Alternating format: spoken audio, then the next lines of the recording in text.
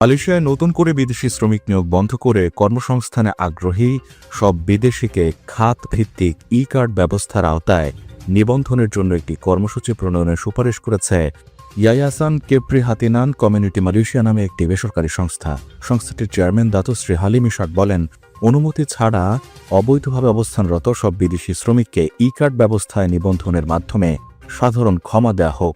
এতে অবৈধ অভিবাসন সমস্যা নিয়ন্ত্রণ আনা সম্ভব হবে।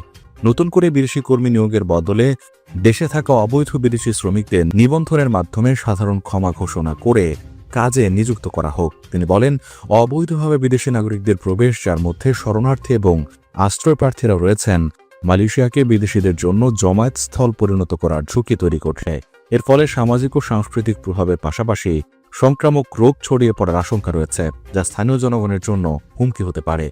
হালিম আরও বলেন, বিদেশিদের অবৈধ প্রবেশ নিরাপত্তা ও অপরাধজনিত সমস্যা তৈরি করতে পারে।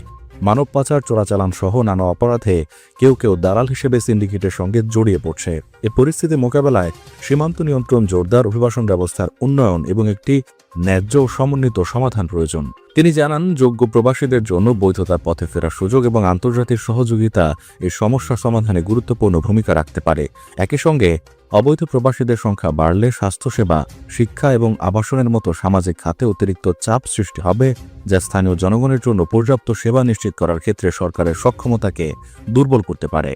এছাড়া অবৈধ অভিবাসীর সংখ্যা বৃদ্ধি, মাদক পাচার, মানব পাচার সহ বিভিন্ন অপরাধ বৃদ্ধির ঝুঁকিও তৈরি করতে পারে বলে সতর্ক করেন তিনি।